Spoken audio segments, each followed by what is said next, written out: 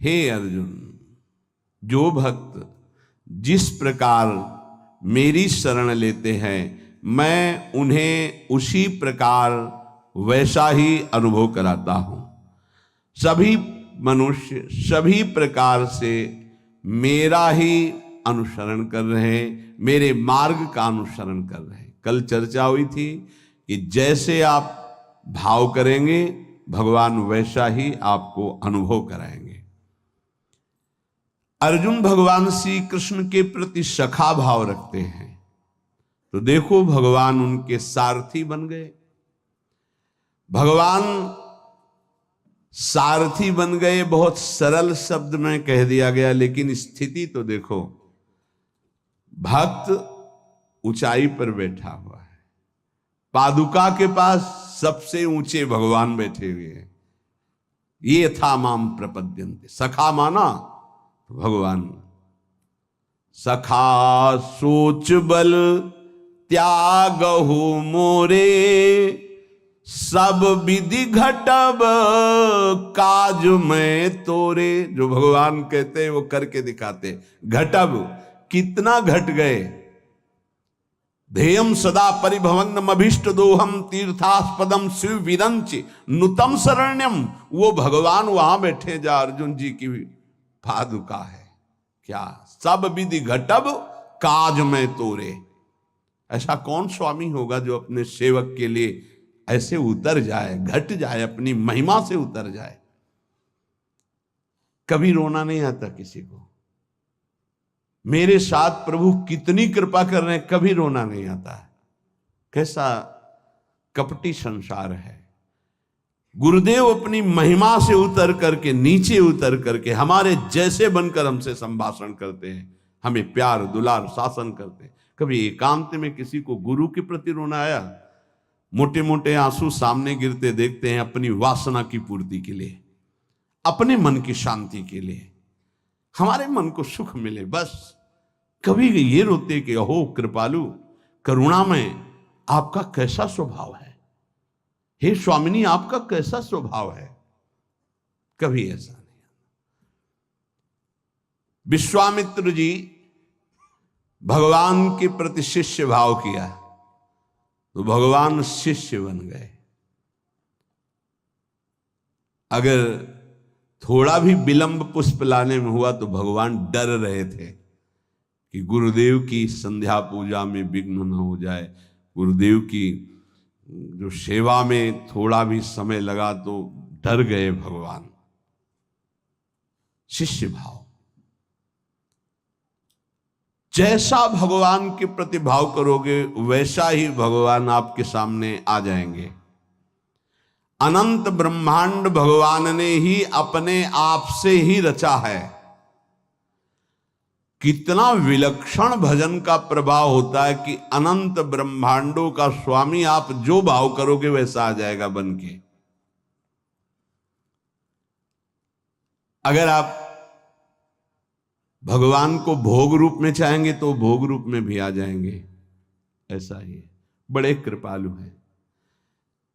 जिस रूप में आप चाहेंगे भगवान आ जाएंगे। आप आज भी जो कामना करते हैं ना, मेरे भगवान ही आपकी पत्नी बने हुए हैं, पुत्र बने हुए हैं, आपका परिवार बने हुए, आप पहचान नहीं पा रहे हैं। जो हम कामना करते हैं ना कि आज ये, तो भगवान वही बनकर आ जाते हैं, वही पदार्थ बनकर आ जाते हैं, वही व्यक्ति बनकर आ जाते हैं, वही वस्तु बनकर आ जाते हैं। यद्यपि भगवान ही है, दूसरा कोई नहीं है। वही अपने आप को प्रकट किए हैं। उपनिषद में आता है एकाकी न रमते। खेलने की इच्छा हुई तो दूसरा कोई हो तो खेले, तो अपने आप को इतने रूपों में खेल में फैला दिया। एकाकी न रमते, भगवान ने अपने एकोहम बहुश्यामा, मैं ही बहुत रूपों में हो जाऊं, और वो अपने आप से अपने आप में खेल रहे हैं। 3 खेल हो रहे हैं यहां प्रगट में।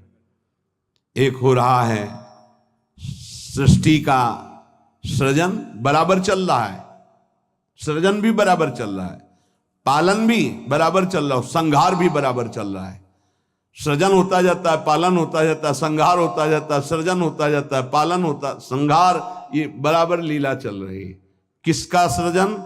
अपने आप से अपने आप का सृजन। किसका पालन? अपने आप से अपने आप का पालन। और किसका संहार? अपने आप से अपने आप के ऊपर संहार लीला, किसी और की नहीं है, वही है। आप भी वही हैं, पर नहीं समझ पा रहे। भगवान ने कहा यथा तथा, अर्थात मुझे जैसे बचता मैं वैसे, ये यथा माम प्रपद्यन्ते तास तथैव, यथा तथा। भाव और लगन, जिस तरह की आपकी लगन है और जिस तरह का भाव है वैसे ही भगवान अनुभव में आते हैं। जब आप घोर विषय चिंतन करते हैं तो भगवान विषय रूप में आ जाते हैं। गाढ़ चिंतन विषय का तो विषय रूप में आ जाते हैं, सलाह दे देंगे आपको, देखो ये विषय जो मैं ही हूं, इसको प्राप्त करना है तो ऐसे चलो, ऐसे प्राप्त करो। वो भले आप निषिद्ध चिंतन कर रहे हैं, जब ज्यादा हठ करेंगे तो आपको वही सलाह देने लगेगा हित, आप ऐसा करो, ऐसे से ऐसा कर लो, ऐसे से ऐसा कर लो। और जब पिटाई होगी तब आपको फिर उपदेश करेगा, कहा था नहीं, नहीं माने तो सलाह दी थी, अब मान लो। हित का बड़ा ही कोमल स्वरूप है।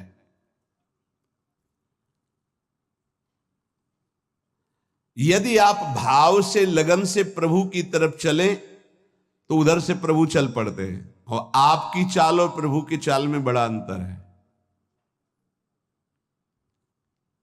त्रिभुवन में सबसे तेज गति चलने वाला मन है, वायु से भी अत्यंत वेगवान मन है।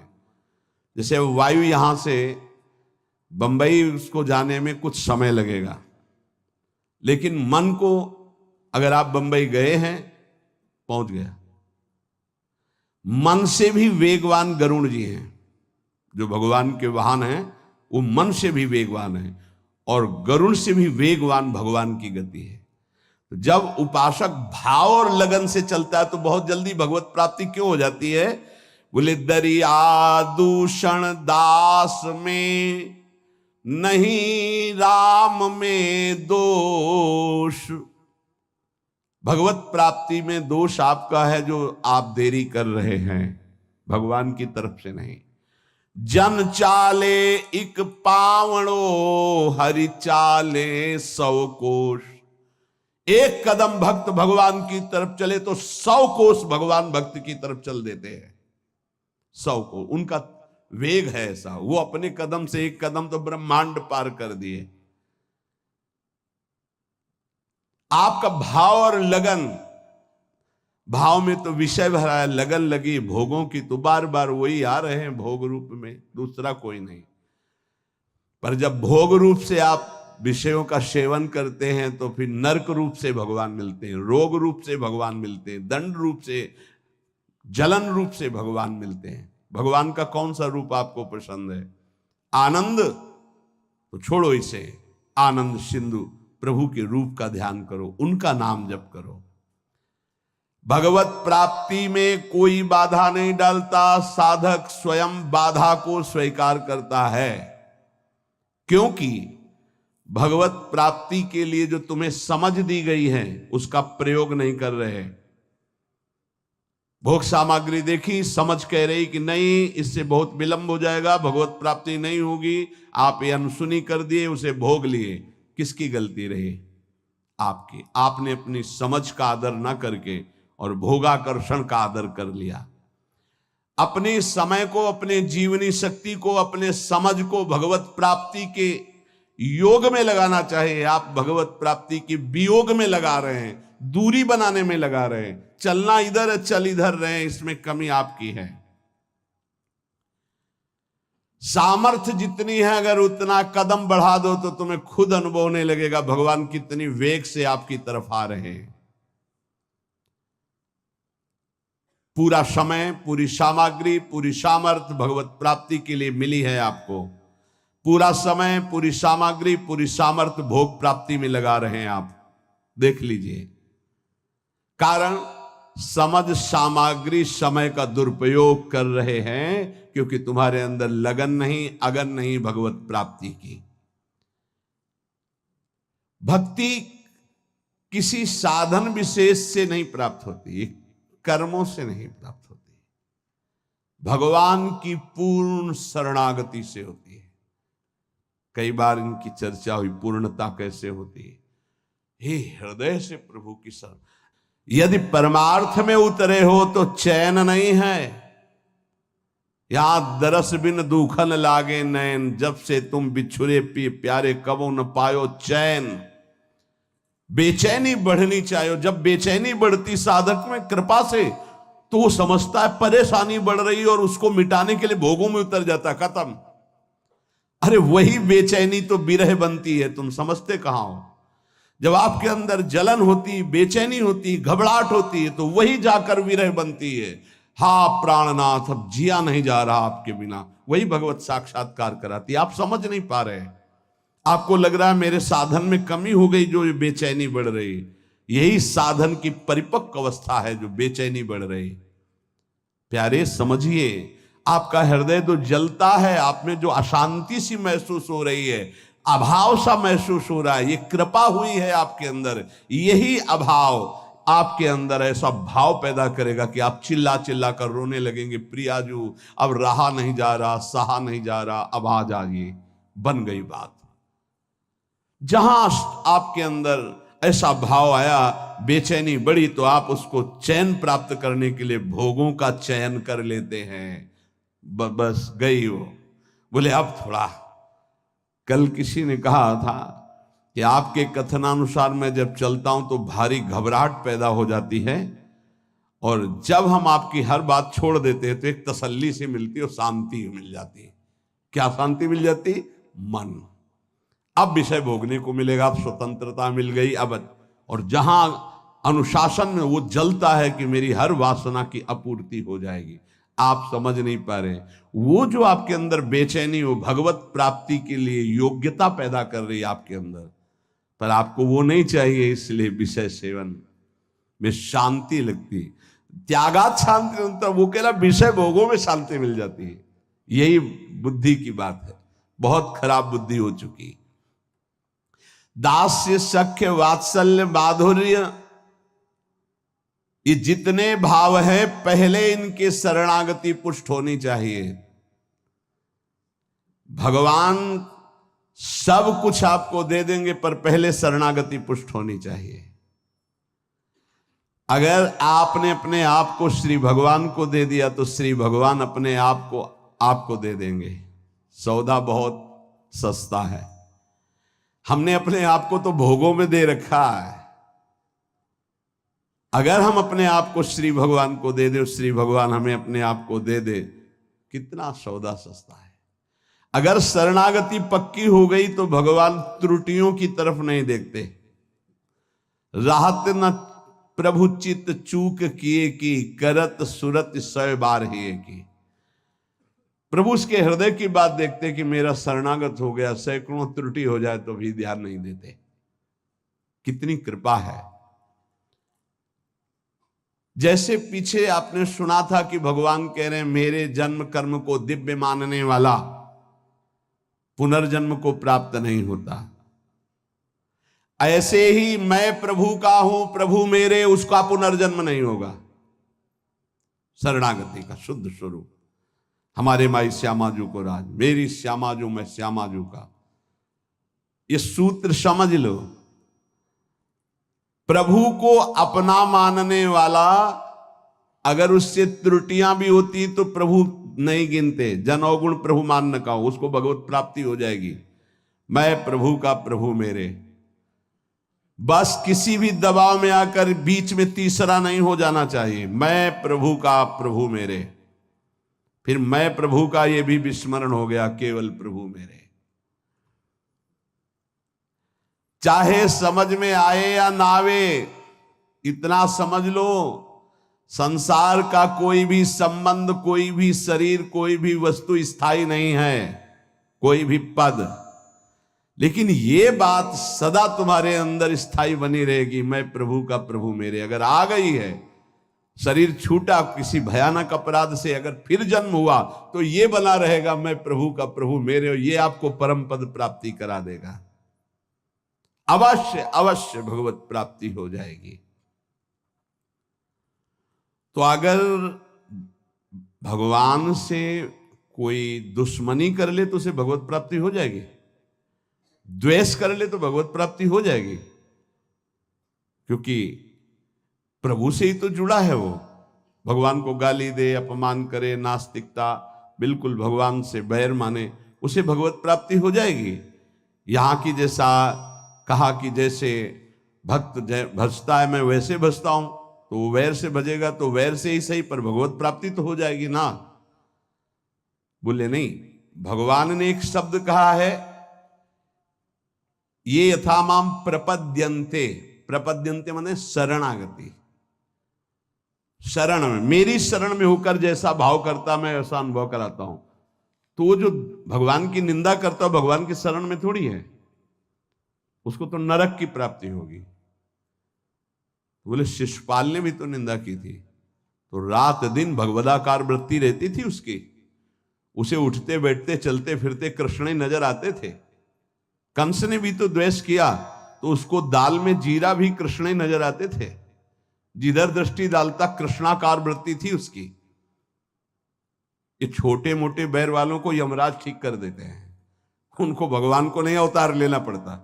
ये जैसे ना कि भगवान की निंदा कर रहे हैं, भगवान की अवहेलना कर रहे हैं, नास्तिकता कर रहे हैं, इनके लिए शासन विभाग है यमराज, वो अच्छी धुलाई करके। देखो यहां चाहे जितना आप अपने को बलवान समझें, कंबल डाल के कुटाई होती जेल में। एक हमें मिले थे जेल में, तो उन्होंने कहा था कि वो जो पुराने कैदी हो जाते हैं वो वहां के शासक की तरह हो जाते हैं। तो जैसे कोई ज्यादा उद्दंडता करता है ना, तो फिर कंबल उड़ा के और फिर उनकी पिटाई होती है। तो यहाँ तो कंबल उड़ा के होती है, वहां तो बहुत ही दुर्दशा होती, क्योंकि इस शरीर का तो वहां महत्व है नहीं पंच भौतिक। वहां एक नया शरीर मिलता है जिसका नाम यातना देह, वो मरता नहीं है, उसमें केवल दंड भोगना होता है।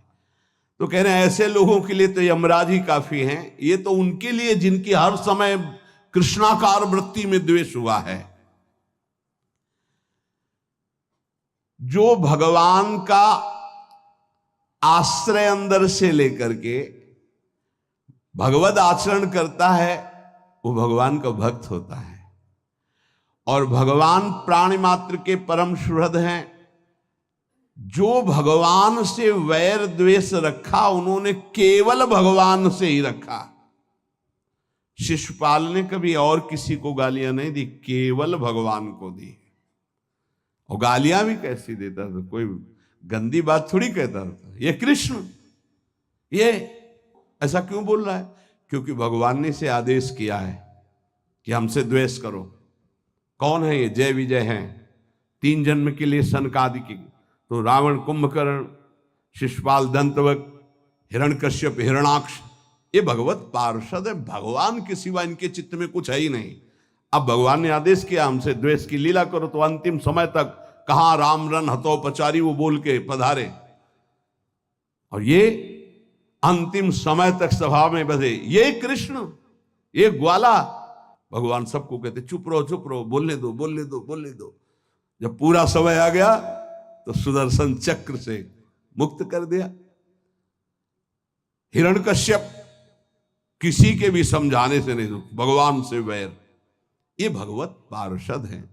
अगर अपने लोग सोचे तो इतनी क्षमता हमारे वैर में नहीं है कि हम भगवान में तन्मय हो जाए। उसके ठीक करने के लिए बहुत से शासक है। ये शनि, राहु, केतु, मंगल ग्रह, नक्षत्र, ये सब जानते हो, शासन विभाग है।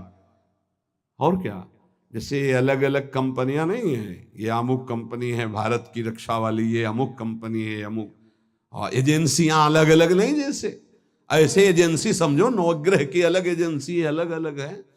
मार तुम्हारी सब सुख सुविधाओं को भस्म कर देंगे, जीवन तुम्हारा क्लेश और अशांतिमय हो जाएगा।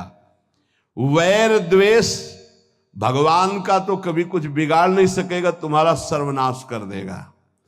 ये रावण, कुंभकर्ण, शिशुपाल, दंतवक्, हिरण्यकश्यप, हिरणाक्ष, ये कोई साधारण नहीं, भगवान के पार्षद हैं।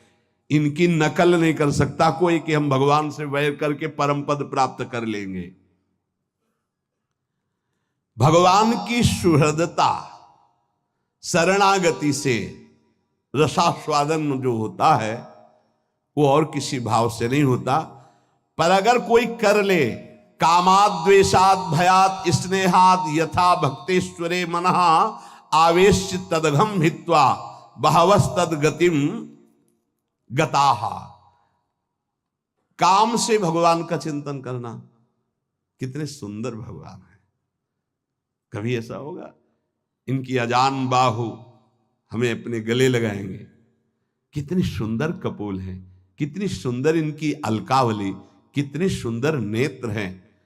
ये इतने सुंदर हैं कि दंडकारण्य के अस्थिमात्र हो रहे शरीरा जो ऋषि थे उनके हृदय में भी श्रृंगार रस जग गया। पुरुषोत्तम भगवान श्री रघुनाथ जी को देखकर जब वनवास में थे वैसा लगा कि प्रभु मुझे आलिंगन करें। भगवान दृष्टि में कहा कि इस समय मर्यादा पुरुषोत्तम अवतार है।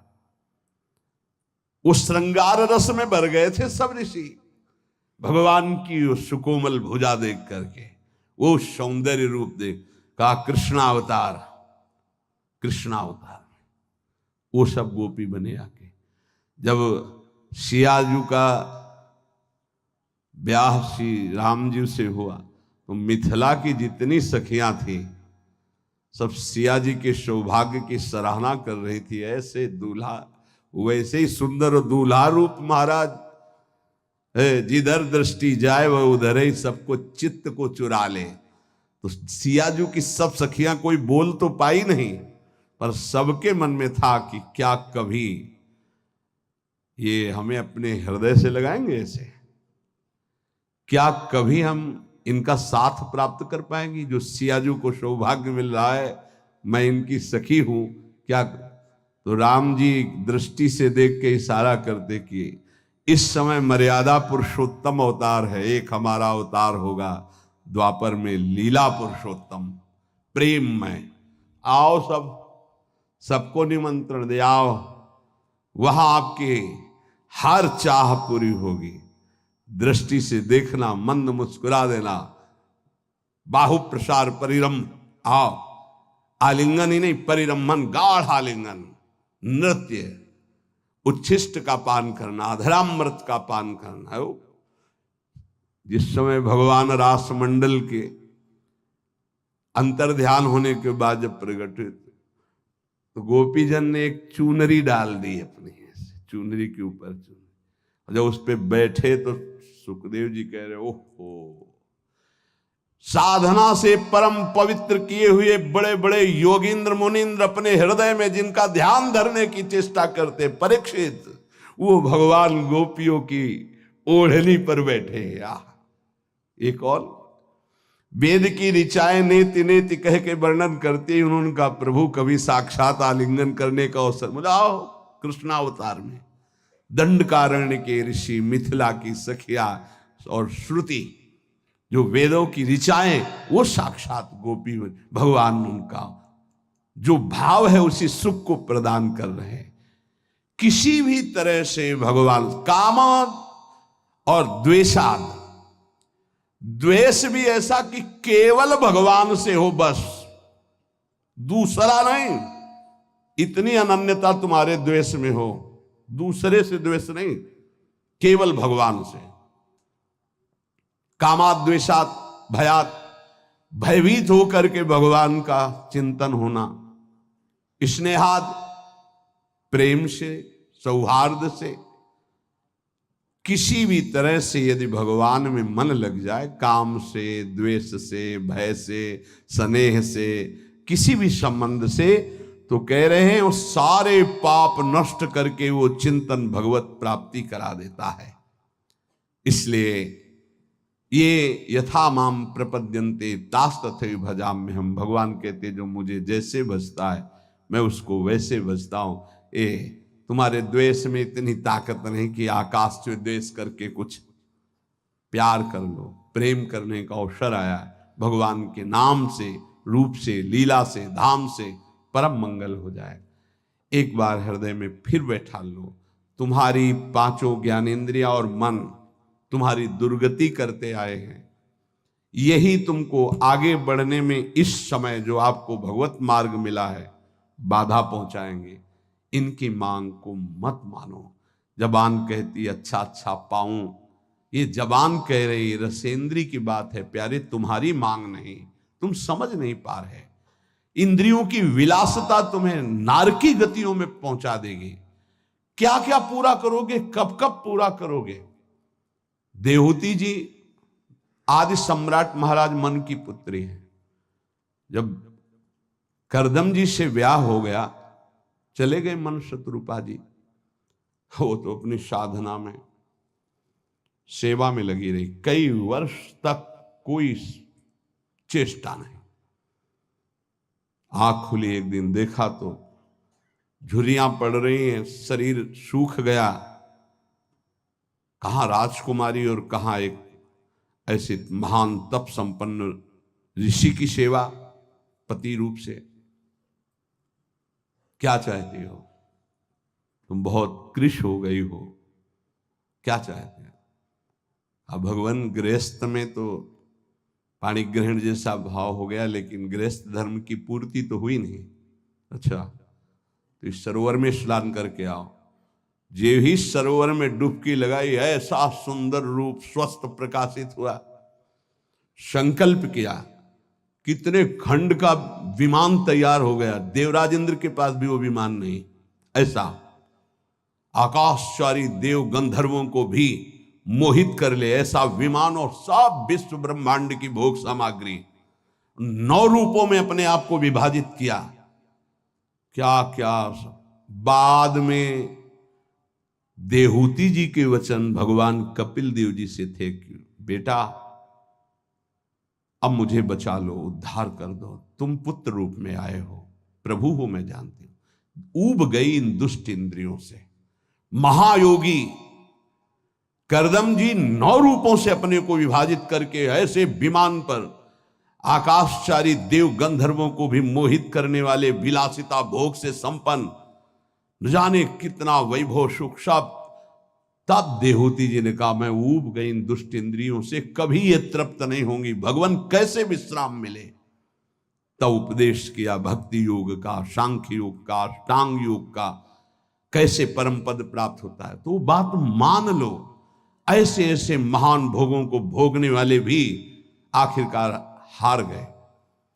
जब शौभरी जी ने देखा मछली की क्रीड़ा और काम जागृत हुआ, 50 ब्याह मानधाता की पुत्रियों से किए। मानधाता ने विचार किया कि ये ऋषि क्या सुख दे पाएंगे हमारी राजकुमारियों को। तब कहा कलाना और यमुना किनारे देखना करके तुम्हारा स्वागत करने के लिए कुछ हमारे जन भी होंगे। सोचा पता नहीं फूस की झोपड़ी बनाई होगी। आकर के ऐसे नगर की रचना की संकल्प से कि देवराज इंद्र के पास अमरावती में भी ना वो महल था, ना वो शोभा थी, ना वो संपत्ति थी। तप के द्वारा ऐसा नगर रच दिया। स्वागत हुआ महाराज मानधाता का। आश्चर्यचकित थे कि मैं सम्राट हूं, मेरे पास तो ऐसा कुछ नहीं जो एक इस योगी के पास है। 50 राजकुमारियों से गृहस्थ धर्म का बड़ा वैभव। फिर एक दिन एकांत में बैठे, हाय हाय मच गया, क्यों मैं कहां था, कहां आ गया, अपने तप का क्या प्रयोग कर डाला। तब वो एक श्लोक गायन किए थे जिसका प्राय हम चर्चा करते रहे। संगम त्यजेत मिथुन व्रतिनाम मुमुक्षु सर्वात्मना न विसजेत बहिरिंद्रियाणि। इंद्रियों को इतना दुलार मत करो, नहीं तो नष्ट कर देंगे, ऐसा नष्ट कर देंगे पूछो मत। बहुत दुर्दशा होती है इन इंद्रियों की। छोटे छोटे बच्चों को त्याग करके, उनकी हत्या करके, फिर अपनी इंद्रियों की विलासता में उतर करके बढ़ना, ये सब क्या हो रहा है। इंद्रियां कितनी निकृष्ट होती चली जा रही हो। हम साधक हो के, भगवत मार्ग के पथिक हो के, जान करके अगर इंद्रियों को दुलार करेंगे तो प्यारे कोई नहीं बचा पाएगा। ये माया रौंद देगी। इसलिए प्रार्थना है जितने से भगवत भजन न छूटे उतना तो दुलार करो। इतना दुलार ना करो कि प्रभु को भूल जाओ, माया तुम्हें अपने सीमा में ले ले। बहुत बहुत जन्मों के बाद हमको ये अवसर मिला, चूको मत। मान लो अभी प्रार्थना करते हैं, अभी डांट लगा देते हैं, आगे चलकर तुम्हें कोई डांट लगाने वाला नहीं मिलेगा, प्रार्थना करने वाला नहीं मिलेगा। एक शब्द याद कर लो, जो मिलेगा वो शोषण करने वाला मिलेगा। मां जैसा दुलार, पिता जैसा शासन हमारे भगवान स्वयं प्रकट होकर करते हैं। वो हमारे गुरुदेव होते हैं। अनंत माताओं का प्यार, अनंत पिताओं का शासन वही कर। अगर अब ना उद्धार हुआ, अब ना कल्याण हुआ, तो भगवान जाने किस युग में ये अवसर आएगा। छोड़ दो ये बातें। 5 ज्ञानेंद्रियों की मांग को अपनी मत मानो। नाम जप करो, जैसे बने वैसे अग्नि जो अंदर जल रही उसको सह जाओ। यही तुम्हारे लिए आगे उत्थान का कार्य। आप समझ नहीं पा रहे। स्कूल में पढ़ते थे जब बच्चे थे, एक चैप्टर आया था, आप लोगों को अगर पढ़ाई में आया हो, पता नहीं बदल गया, जेम्स वाट। एक जेम्स वाट नाम का बालक, जिसको निकम्मा समझा जाता था घर में, वो एक दिन बैठा था, देखा कि एक बटलोई चढ़ी थी और उसके ऊपर ढक्कन रखा था, नीचे से भाप ऐसे करके ढक्कन को उठा देती। उसने फिर वजन रखा, फिर भाप बनी और उठा दी, फिर वजन और बढ़ा के रखा, वजन बढ़ाता गया, भाप उसको उठाती गई। उसी ने इंजन की रचना की थी, जेम्स वाट। आप इसका भाव समझ पा रहे हैं हम क्यों उदाहरण दे रहे हैं। जब आपके अंदर अग्नि पैदा हो रही है, जलन पैदा हो रही, तो आपके जीवन को भगवान की तरफ ले जाने वाले पावर को उठा जागृत कर रही। तुम विचलित होकर उसे विषय भोगों से पुनः शांत कर देते हो। उसे शांत नहीं करना, उसको और बढ़ाना है। आग को जितनी बढ़ जाएगी उतनी जोर से अध्यात्म की तरफ आप चलोगे। उल्टा मत चलो, उल्टा मत सोचो। ये आग समन का अवसर नहीं, आग बढ़ने का अवसर है। आग बढ़ने दो, वही तेजस्वी बनाकर तुम्हें अध्यात्म की ऊंचाई पर चढ़ा देगी। उस बात से अनुभव किया कि भाप में कितनी ताकत है। अगर ये भाप मिले तो बहुत बड़ा कार्य चल सकता। तो वही कोयला झोंककर भाप पैदा करके इंजन के द्वारा ट्रेन निकलवा दी, और उसको सब निकम्मा समझते थे। बस वो विचार, ये चिंतन का विषय। हमारे अंदर जो आग पैदा हो रही, कामाग्नि, क्रोधाग्नि, लोभाग्नि, उसे हम सह रहे हैं। उसको सह रहे हैं तो एक पावर बन रहा है। वो पावर आपको सीधे भगवान की तरफ बढ़ाएगा। अगर आप उसको बुझाने में लग गए तो वो इधर आध्यात्मिक शक्ति क्षीण हो जाएगी और भोगा शक्ति बढ़ जाएगी। ये अनुभव की बातें हैं। आप इसको सहना सीखें, मिटाने में काम नहीं बनेगा। सह करके प्रभु की प्राप्ति हो जाएगी। सहना सीखो। सहना हमारा परम धर्म है। सहन कर गए तो महात्मा, टूट गए तो विषयात्मा। और फिर हमें पता नहीं ये अवसर जो मिला है कब मिले। इसलिए सावधान, सत्संग को सुनो और उसका मनन करो, उसको जीवन में उतारो, तभी लाभ मिलेगा। नहीं रोज सत्संग हो रहा है और अगर आप सुनेंगे नहीं तो 1 घंटा 1.5 घंटा बैठ लिए, फिर वही मनमानी चिंतन ठीक नहीं। हर समय नाम जप करो, हर समय अपने इष्ट की प्राप्ति की लगन रखो। मुझे प्रिया प्रीतम चाहिए। हम कह रहे मांग रहा है मन विषय, लेकिन आप झूठे से शुरू करो, मुझे प्रिया प्रीतम चाहिए। ए मन, मुझे प्रिया प्रीतम चाहिए। अभी आनंद का अनुभव होने लगेगा। यही मांग सच्ची हो जाएगी। झूठा खेले साचा हो।